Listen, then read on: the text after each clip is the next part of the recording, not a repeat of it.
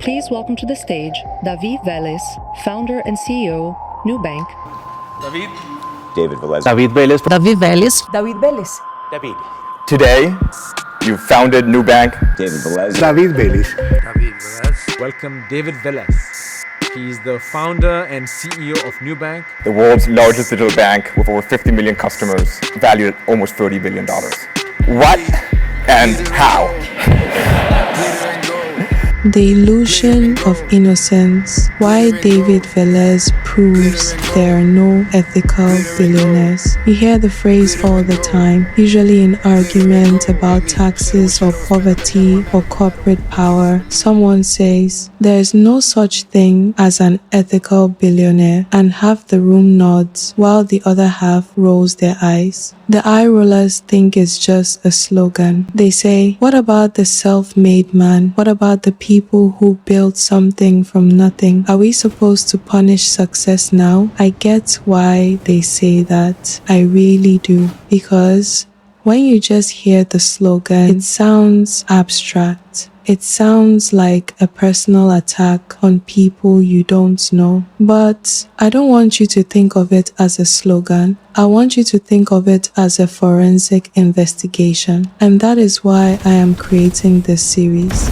We aren't going to talk about the concept of billionaires. We are going to talk about the billionaires themselves. We are going to look at the path they walked to get to the top of that list, and we are going to ask one simple question: what did they leave behind? Today, we are starting at the bottom of the global wealth pyramid, not the bottom of the poor, but the bottom of the rich. We are starting with the 200th richest person in the world. His name is David Vélez, 44 years old, Colombian. He is worth $14.5 billion, founder and CEO of Nubank, the largest digital bank in the world. On paper, David Vélez is the perfect billionaire. He represents the future. He's a tech disruptor. He's not some old guy in a wooden paneled boardroom smoking a cigar. He's a young, sharp entrepreneur who promised to liberate the people of Latin America from the tyranny of traditional banking. He's backed by Warren Buffett. He's the darling of Fintech. And yet, at the time we are done here today, I believe you will see that David Vélez is a walking, talking case study in why that slogan exists. We are going to look at three things: the source of the money, the timing of the charity, and the reality of the monopoly he built. Let's start with the origin story, because that's where the sheen starts to wear off. The problem with democratizing banking, David Vélez will tell you, and he has told the press many times, that Nubank was born out of frustration. He moved to Brazil and tried to open a bank account. It took him hours. It was bureaucratic, slow,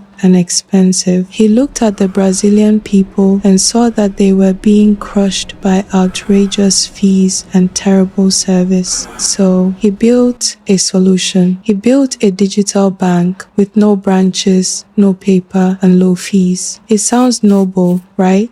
But let's look at the mechanics of how you actually make $14.5 billion from helping the poor. Nubank's primary product is a purple credit card, and their primary market is the massive unbanked and underbanked population of Brazil. But here is the thing about lending money to people who have no credit history and unstable income. It is incredibly risky. And when you take on incredible risk, you have to charge incredible interest to cover the losses when people inevitably default. In 2022, something happened in Brazil. The economy started to wobble. Inflation hit. Interest rates soared. And the people at the bottom of the economic ladder, the very people Nubank was built to serve, started to run out of money. Suddenly, Nubank wasn't just a cool tech startup. It was a lender facing a tidal wave of bad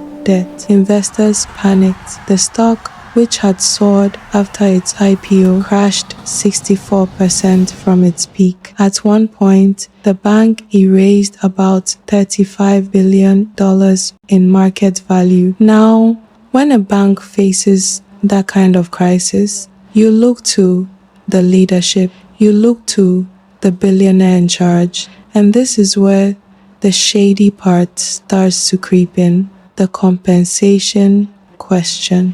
In late 2022, as the stock was in the toilet and investors were screaming about the deteriorating credit quality, a very interesting story broke. According to Bloomberg, David Vélez was facing serious criticism, not just for the stock price, but for what he was taking home. You see, even as the bank struggled, the compensation packages for top management were massive. In the 9 months leading up to September 2022, stock-based compensation expenses alone totaled about $218 million. Think about that. The company is losing value.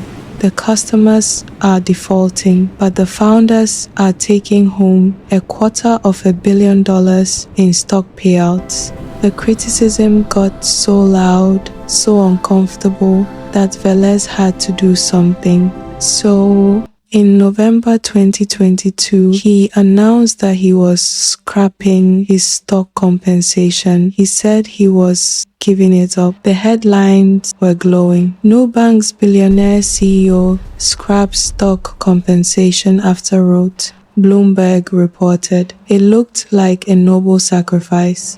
It looked like a captain going down with the ship, or at least taking a pay cut to help the crew. But let's read the fine print. He didn't actually give up money he was holding. He gave up a future incentive program.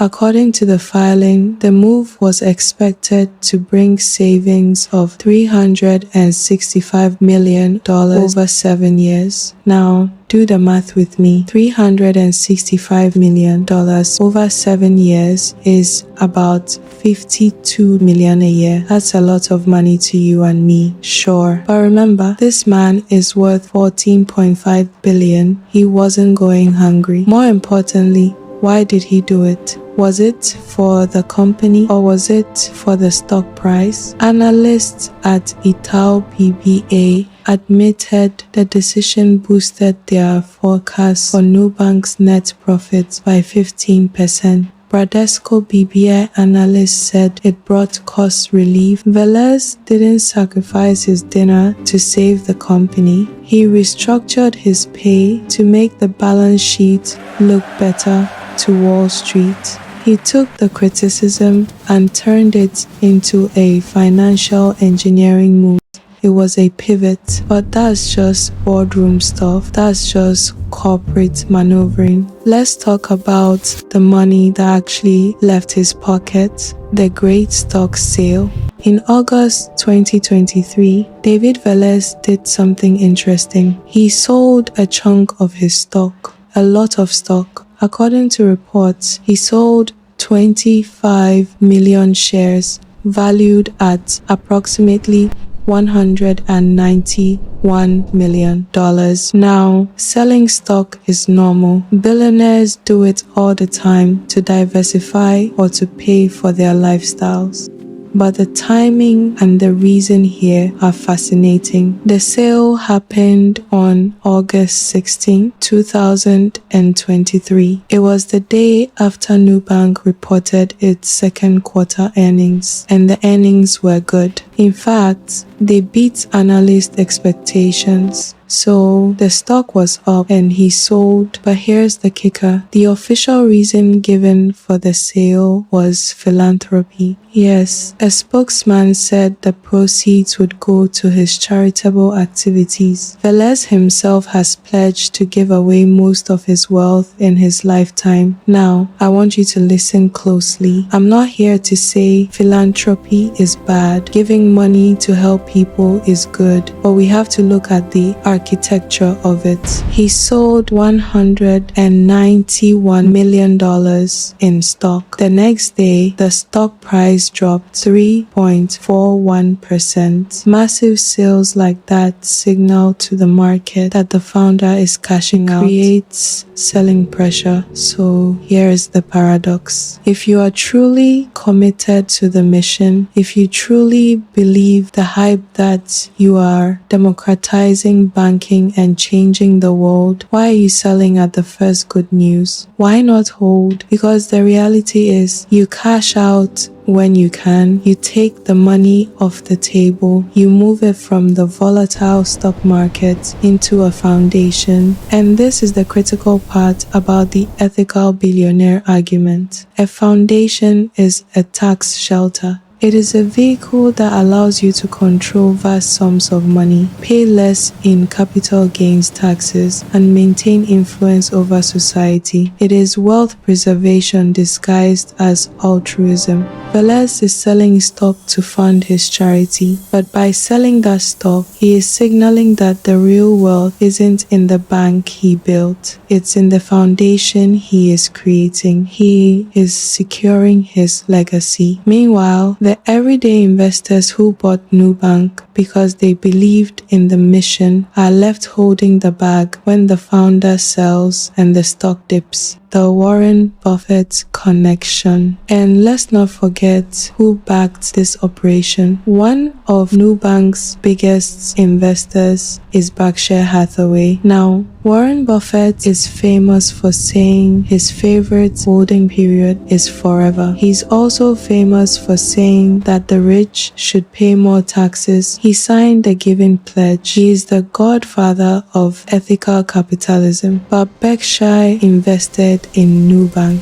And why did they invest? Because it's a money printing machine. Nubank doesn't just offer free accounts. They offer credit products, insurance, and investment. They are a classic loss leader operation. Get them in with the purple card and then sell them the high margin financial products later. Buffett knows this. Velez knows this. The people who lose are the customers who, once the competition is crushed, will eventually face higher fees and higher rates. Because here's the thing about disruption. It always ends. Amazon disrupted retail and now it's a monopoly that sellers hate. Uber disrupted taxis and now rides cost as much as cabs used to. Nubank disrupted the Brazilian banking cartel. But what happens when Nubank is the cartel? What happens when David Vélez is no longer the underdog fighting the big banks, but the big bank that new startups are fighting? Then the $14.5 billion doesn't look like a reward for innovation. It looks like a toll booth. Now, some of you listening might be thinking, okay, but he didn't commit fraud. He didn't go to jail. He's just a good businessman. What's shady about that? And that brings me to the heart of the series. The shadiness isn't always in the crime. Sometimes the shadiness is in the system. When we hear the word shady, we think of a guy in a back alley selling stolen watches. But the modern billionaire doesn't operate in back alleys. They operate in boardrooms. They operate through PACs and lobbyists. The shadiest thing about David Vélez is the gap between the story and the reality. The story is he liberated the poor from banking fees. The reality is he became one of the richest men in the world by lending money to the poor at high interest and then dumping his stock when the price was right. The story is he sacrificed his pay to help the company. The reality is he played accounting games to prop up the stock price. The story is he is giving away his money to charity. The reality is he is moving his wealth into a tax advantage structure that bears his name, ensuring his family controls the purse strings of social programs for generations. This is why people say there are no ethical billionaires. It's not because every billionaire is a cartoon villain twirling their mustache. It's because the system that allows you to accumulate $14.5 billion is the same system that exploits the very people you claim to serve. You cannot democratize access to capital while simultaneously hoarding more capital than 99.9% of the population will see in 10 lifetimes. David Vélez is 44 years old. He has more money than he could spend in 1,000 lifetimes, and he got it by selling credit to people who are terrified of bouncing a check. That is the truth beneath the purple car. I'm not mad at David Vélez. I'm just observing him. And what I observe is a man who builds a machine that turns the financial desperation of the working class into a $14 billion fortune. If that's ethical, I'd hate to see what shady looks like. Thank you.